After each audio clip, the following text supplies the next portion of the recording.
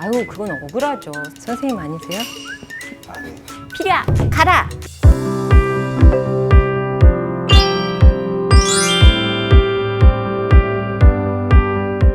안녕하세요. 원광대학교 가정의학과 전공의 김일환입니다.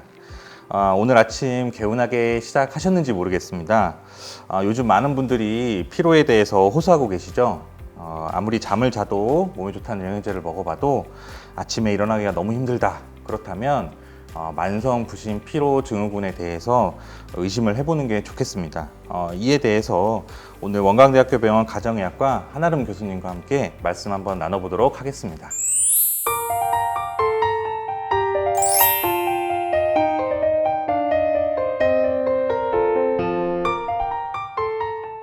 안녕하세요. 만성 부신 피로 증후군의 궁금증과 해결책을 알려드리고자 나온 피리야, 가라! 가정학과 한아름 교수입니다. 네, 교수님 소개 말씀처럼 피로를 날려버리고 싶은 그런 마음이 굴뚝 같습니다. 그러면 오늘 사연이 하나 도착을 했는데요. 저 멀리 피로를 날려보내고 싶다는 55세 김 부장님 사연 같이 한번 들어보시도록 하겠습니다. 안녕하세요. 저는 55세 김 부장입니다. 수년간 지속된 피로감으로 최근에는 아침에 일어나기가 너무 힘이 듭니다. 업무를 볼 때는 집중력도 떨어지는 것 같고 승진에 대한 압박 때문에 성과도 더 많이 내야 하고 임원진 앞에서 프레젠테이션을 하는 경우가 종종 있는데 자신감마저 잃어가고 있습니다. 상황이 이렇다 보니 그저 하루하루 버티는 것도 이제는 버겁습니다. 임시방편으로 커피를 마시면서 정신을 깨워보지만 정신뿐만 아니라 뭉쳐있는 목, 어깨, 허리, 근육마저도 저를 힘들게 합니다. 피곤에 지쳐 일찍 쓰러져 자는 날도 있지만 서너 번 잠에서 깨기 일쑤고 건강이 염려되어 종합검진도 받아봤지만 특별한 증상은 없다고 합니다. 저는 정말 괜찮은 걸까요? 계속 이렇게 살아야 하는 걸까요? 요즘 이런 분들 굉장히 많은 것 같습니다. 제 주변에도 좀 이런 증상 호소하시는 분들이 있는 것 같거든요. 교수님은 좀 어떻게 생각하실까요? 선생님 아니세요? 네. 저도 약간 좀 해당되는 내용인 것 같습니다. 네, 피로는 현대인들을 떠나지 않는 소울메이트 같은 존재입니다. 만성 부신 피로 증후군을 호소하시는 분들이 굉장히 많지요. 만성 부신 피로 증후군에 대해서 한번 조금 자세하게 설명 부탁드려도 될까요? 만성 부신 피로 증후군은 반복적이고 지속적인 스트레스에 대한 신체의 정상적인 반응입니다. 맨 처음에는 어느 정도 적응을 하고 이거에 대해 대처를 하다가 신체의 적응 능력을 초과하게 되는 스트레스가 오게 되면 이때는 증상이 여러 가지로 복합적으로 나타나는 거죠. 그렇군요. 요즘 분들 중에 스트레스 없는 분들은 사실 거의 없을 것 같습니다. 그런 스트레스와 어떤 본인의 성격, 예민한 성격과 어떤 연관이 있는지 궁금합니다. 아유, 그건 억울하죠. 성격 다투 아니고 정신적인 질환도 아닙니다. 이것은 쉽게 말하면 너무 만성적인 스트레스에 노출된 신체의 정상적인 반응이라고 생각을 하시면 되겠어요. 그러시군요. 피로하고 고갈된다, 부신이 피로하고 고갈된다라는 내용은 사실 개념이 좀 명확치 않은 것 같습니다. 저희가 이런 말을 잘 많이 들어보지는 못했던 것 같거든요. 이 부분에 대해서 조금 더 자세하고 쉽게 설명 좀 부탁드리겠습니다. 스트레스에 노출이 되면 이 호르몬들의 생합성과 분비가 잘 안 되게 되는 거예요. 그러니까 부실이 고갈된 상태에 이르는 거고 이게 단계별로 4단계로 나눠지게 되는데 마지막 단계가 만성 부실 고갈 상태라고 되는 거죠. 그러면 우리가 일상생활에서 내가 만성 피로 증후군이겠구나라고 의심할 수 있는 어떤 그런 구체적인 증상들이 있을런지 궁금합니다. 네, 가장 흔한 게 피로죠. 극심한 피로. 아침에 일어날 수가 없다고 표현을 하시는데 침대가 자기를 묶어놓는다 이렇게 표현을 하세요. 근데 오히려 저녁 식사 후에는 에너지가 조금 솟는 것 같다라고 표현을 하시죠. 가끔 실신하기도 하고 어지럽다고도 하시고요. 이명이 들린다, 귀가 멍하다 얘기도 하시고 집중력이 떨어지고 기억력이 감퇴된다, 우울감이 좀 있다라고도 표현을 하세요. 심장이 두근거리다, 너무 맥이 느리게 뛴다라고도 표현을 하시고요. 소화가 안 된다, 먹어도 체하는 것 같다, 가스가 찬다, 더부룩하다, 설사 나온다, 변비 생긴다 이렇게 표현을 하시기도 해요. 평소에 안 먹던 단 음식, 짠 음식을 더 많이 찾게 되고 술도 좀 약해진다라고 하고요. 늘 괜찮았던 음식과 약물에 대해 갑자기 알러지 반응이 생기는 거죠. 다양한 증상들이 있습니다. 저도 몇 가지 좀 해당되는 것 같고 말씀을 들으면 뭐 웬만한 증상들은 다 있는 것 같습니다. 이 정도면 조금 일상생활 힘들지 않나 싶을 정도인데, 그러면 이거에 대해서 어떤 정확한 진단을 받는 어떤 방법이 있을까요?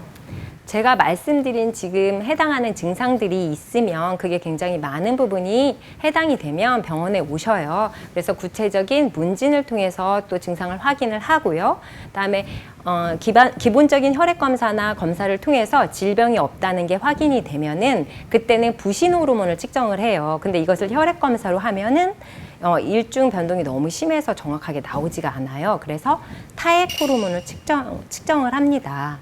근데 원래 부신 호르몬이 일중 변동이 있어요. 리듬을 타거든요. 이 리듬이 정확하게 유지되고 있는지를 봐야 돼요. 그래서 타액 호르몬도 4번 정도 측정을 하게 됩니다. 아, 그렇군요. 그러면 내가 증상이 있고 이런 지금 교수님께서 말씀해 주신 방법으로 진단이 됐다라고 하면 어떤 해결 방법이 있는지도 좀 설명을 부탁드리겠습니다. 네. 여러 증상을 일시적으로 해결하려고 하기보다는 근본적인 원인을 개선시켜야 돼요. 가장 먼저 부신 피로 증후군인 걸 인정을 하는 거죠. 단순 피로가 아니라는 거죠. 그리고 사회 구성원, 가족 구성원이 같이 대응할 수 있도록 노력을 해줘야 되는 거고, 이게 이미 고정된 생활 방식과 사고 방식에 의한 결과잖아요. 그래서 근본적인 해결을 위한 노력을 해야 됩니다. 개인적으로 봤을 때는 휴식이 제일 중요할 것 같습니다. 그 휴식도 뭐 여러 가지 종류가 있겠습니다만 수면이나 이런 것들이 제가 봤을 때는 가장 중요한 요소일 것 같은데요. 그 수면의 어떤 방법이라든지 이런 상황에 대해서 좀 구체적으로 설명 부탁드리겠습니다. 네. 휴식이 어떤 분은 며칠, 몇 달이 필요한 분들도 계세요. 개인마다 당연히 다르겠죠. 근데 좀 몇 달 쉬세요라고 할 수가 없어요. 현대는 너무 바쁘잖아요. 그래서 주중에 저녁과 주말을 이용해서 휴식을 취하는데 이것도 도움이 되고, 또 낮잠 있죠. 낮잠을 너무 길게 주무시면 더 안 좋아요. 근데 10분, 20분 정도 짧게 주무시는 건 오히려 신체의 회복을 위해 도움이 많이 돼요. 수면 얘기를 하셨는데 매우 중요하죠. 7, 8시간의 수면을 확보를 해주셔야 돼요. 근데 이거를 뭐 새벽 2시에 자서 9시, 10시에 일어나는 이건 아니고요. 10시, 11시에 주무셔서 일찍 일어나는 생활 습관을 들이는 거죠. 아, 그렇군요. 그 아까 어떤 그 만성 피로 증후군을 유발하는 요인 중에 음식 같은 것들을 얘기를 하셨는데, 혹시 그런 증상들을 조절할 수 있는 음식이라든지 또는 혹시 피해야 되는 어떤 음식이 있는지 궁금합니다. 네, 중요하죠.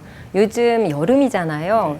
냉면, 소바집 불이 납니다. 근데 이렇게 밀가루로만 된 음식들은 오히려 도움이 안 돼요. 중간중간에 간식을 드실 때 바짝 이렇게 피로회복이 된다 하고 뭐 커피 믹스, 과자, 빵 이런 걸 드시잖아요. 당이 들어있으니까 일시적으로 기운이 솟는 것 같고 즐겁단 말이에요. 그런데 이것들은 바로 혈당을 떨어뜨리고 오히려 부신피로를 조장합니다. 그래서 조금 피해 주시는 게 좋죠. 그렇군요. 그 음식 말고 어떤 술이나 담배 같은 것도 영향을 조금 줄 수 있을 것 같은데. 그렇죠.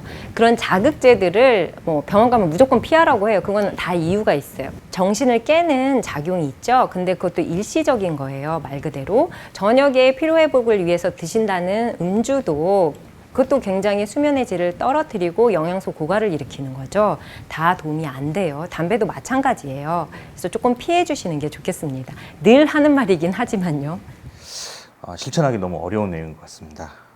저도 한번 노력을 해보겠습니다.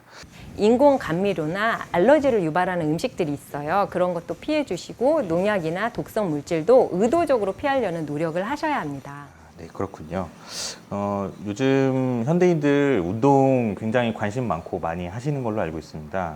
운동을 열심히 하는 것은 어떤 도움이 될 수 있을런지 설명 한번 부탁드리겠습니다.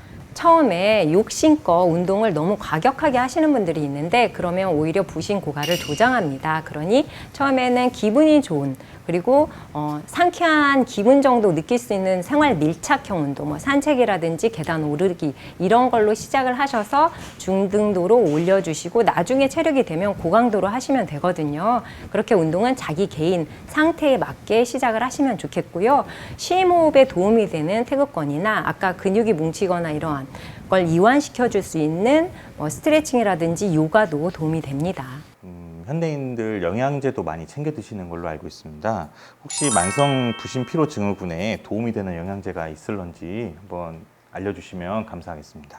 스트레스를 받을 때 쉽게 감소되는 영양소가 있어요. 부신 피로 증후군에 도움이 되는 것은 고농도의 활성형 비타민 B군, 비타민 C, E, 코엔자임 Q10 같은 ATP 에너지 생성 조효소 같은 거, 아르기닌이나 L카르니틴과 같은 아미노산 제제도 도움이 되고 오랫동안 피로 회복에 도움이 된다고 알려진 생약 성분이죠. 감초 추출물, 인삼, 가쇼거피 이런 것도 도움이 될 수 있습니다. 그러면 혹시 영양제나 생약 성분 말고요, 우리가 병원에서 이렇게 처방받을 수 있는 어떤 방법이 있는지 그것도 궁금합니다. 너무 부신이 고갈돼서 증상이 심한 분들은 일시적으로 단기간 부신 호르몬제를 쓰기도 하고 DHEA라는 호르몬제를 쓰기도 해요. 그거는 근본적인 것들이 해결이 될 때 처음에 초반에 쓰는 단기간 요법이고요. 어차피 이러한 요법들과 근본적인 생활습관 교정과 영양소들 같이 병행해야 됩니다. 아, 그러시군요. 교수님 너무 오늘 잘 알려주셔서 감사합니다. 덕분에 우리가 생소했던 어떤 그 만성 부신 피로 증후군에 대해서 좀 잘 알게 된 어떤 시간이 된 것 같습니다. 지금까지 원광대학교 병원 가정의학과 한아름 교수님과 함께 만성 피로 부신 증후군에 대해서 알아봤습니다. 교수님 감사합니다. 감사합니다. 원광대학교 병원 TV 구독과 좋아요, 알림 설정 부탁드립니다.